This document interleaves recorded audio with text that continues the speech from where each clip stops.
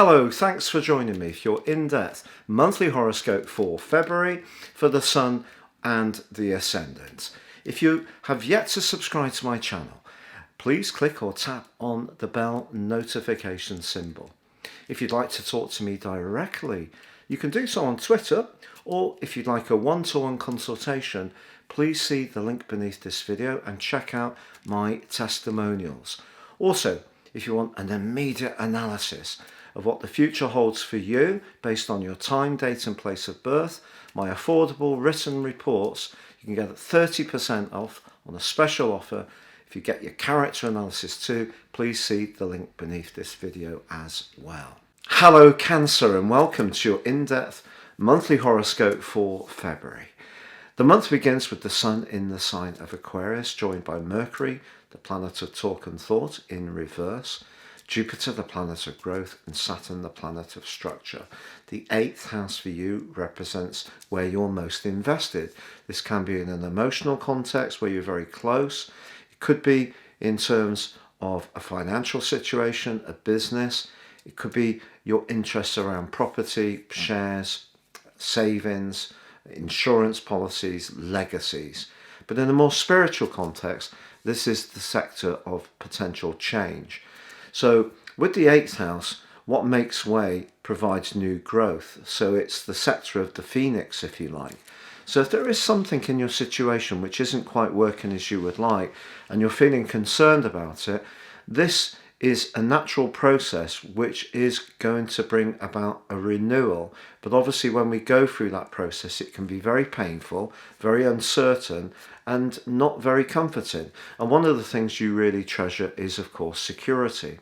But on the first day, Venus, the planet of love and affection, but also of money, moves into this sector. So if you're wanting to bolster your finances by some of your moves, in terms of how you marshal your resources, this can be a very positive transit for you.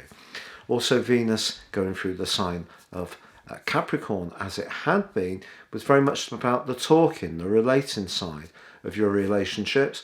Now it's more about not what's being said, but what was really meant. So it's much more passionate, it's much deeper, much more psychological. So that's where you're poised as this month begins. But Mars, the planet of passion, is in the part of your horoscope that's to do with your future. And it's also to do with your desire to network, but not to minimize your individuality. And it's very close to Uranus, the planet of surprises. And in fact, in the first 10 days of this month, Mars and the Sun are in a right angle. So if you're in any kind of deep association where you feel that your room to be an individual is in some way being compromised because someone crowds your space, someone's a bit possessive or controlling, then this can be a crunch point in that particular time. Also, all of this month, Uranus and Saturn are in a right angle. And to be honest, they're going to be in a right angle for the next 6 months too, and also the last 5 weeks of the year. So it's something we need to sort of get used to. So what Saturn in Aquarius is doing, which is the sign it co-rules, is asking us to try to think about your resources and to think about your connections, but also to think about the other person, because the sign of Aquarius is about the collective. The sign of Leo is about the individual. And of course, because your Sun is in the sign of Cancer, what goes on for you is very much about your personal interests. So some kind of conflict would be a strong word, but some kind of tension can go on between where you want to be a free spirit and where perhaps other people have expectations from you. So if you're trying to make some financial moves, one of the best things to try to avoid this month is taking shortcuts, stepping on other people's toes, being a little bit inclined towards anything that's not ethical or perhaps not even legal. So that's something to bear in mind. But there is, by the 8th, a conjunction between the Sun and the retreating Mercury. Now, Mercury, of course, is the planet of communication, of talk and thought, and in the 8th house is great for the negotiator. What does the retrograde mean? Well, it means anything about a property matter, I feel, or a business deal may go through a period of revisions. It doesn't necessarily mean it won't work out to your advantage. I think there are a lot of myths about Mercury retrograde. If you read what experienced astrologers say, they often say this is a time of opportunity. Now, it's true that Mercury can create glitches, and some of those glitches are beyond our control. So, for example, the Sun conjunct Mercury in the 8th house could point towards not getting your statement from your bank on time, or you go to use your debit card and for some reason the technology fails. So those kind of technological glitches that Mercury retrograde causes is obviously beyond our control. All we can do is make sure that we're meticulous about the things we can affect. So for you, I actually think the Sun combining with Mercury in its retrograde could see you have a really brilliant idea, perhaps about a business, perhaps to be more entrepreneurial. Now, from the 4th to the 10th, it is true that Venus is in a square with Uranus. So that tension that I spoke of earlier that may lie between where you need to be committed and where you want to be a free spirit, that could come out in a more personal relationship or a business one. But it is also true to say that there is in week 2 and 3 a gorgeous alliance between Mars and Neptune. Neptune's the planet of dreams. It's in the part of your horoscope to do with travel, to do with widening your horizons, to do with higher education. If you're someone who's got a spiritual bent, this is a lovely transit for Neptune to go through because it governs the sign it currently is located in, your sister water sign of Pisces. So this can be very uplifting. So it's possible with Mars being in your sector of groups and individuality that you're being attracted to some way of thinking or some way of being that is a bit more altruistic. You're helping out someone who's less fortunate. You're coming together with the people who do understand your values in the way you want. So there could be a unification from that. Now on the 11th, we do have a new moon in Aquarius.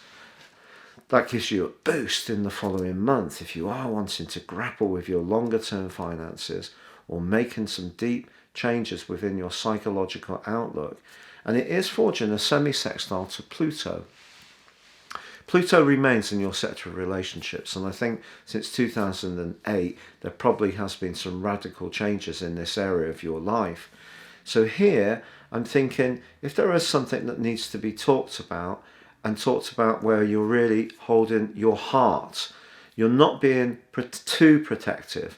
Pluto in the 7th house may have made you embrace a more powerful approach to relationships, perhaps separating yourself from where you feel people didn't meet your expectations, because Pluto is about power, but that also creates isolation or a withdrawal because Pluto is quite secretive.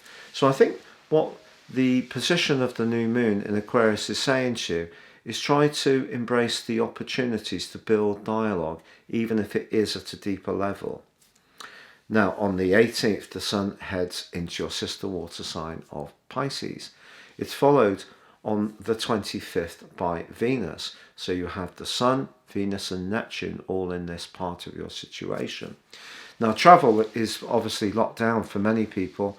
It's certainly not such a free and easy environment as it might have been in the past, but that doesn't mean to say you can't travel in your mind.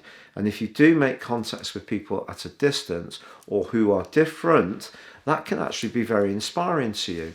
But I also think that Venus going through the 9th house is very much about getting to the truth of our relationships. So you could be having some interesting conversations.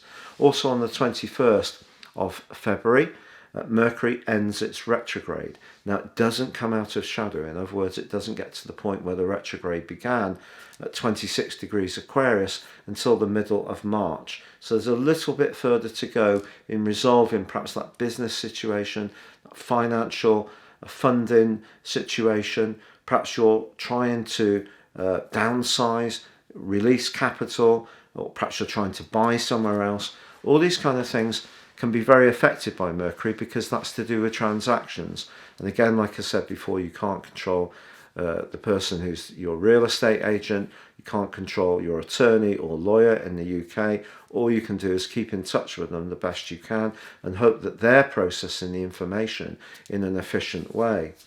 Now, the 27th does see a Virgo full moon. Now, for you, generally, the Virgo full moon is about your everyday communications. On the other side of the heavens, Pisces is about your higher way of thinking. It's about your more philosophical viewpoint.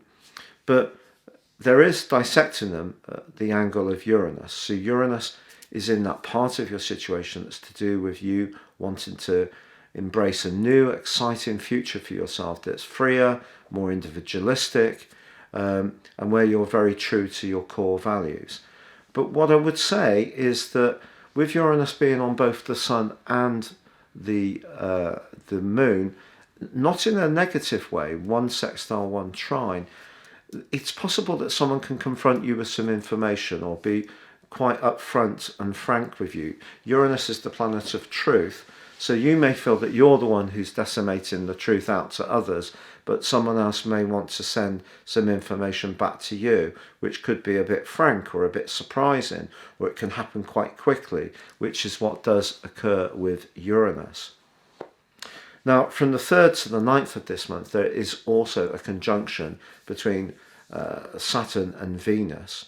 So if there is a relationship that really has been bumping along the bottom and you really wonder whether it's going to sort itself out, I think this month is going to be quite pivotal for you, because you might have the deep conversations at the start of the month, but by the end of the month, you're either going to get things to the point of truth, reality, and equanimity that you really seek, or you could be looking for your personal freedom. It just depends on your unique circumstances. But I would like to say that in week 2 of this month, if you are someone who likes to speculate to accumulate, there is a tremendous link between Venus and Jupiter, which could be very fortunate. And weirdly, it could be someone close to you who's actually very fortunate and then very generous to you. I'd like to wish you a very happy month. Stay safe, take care, good luck, and goodbye.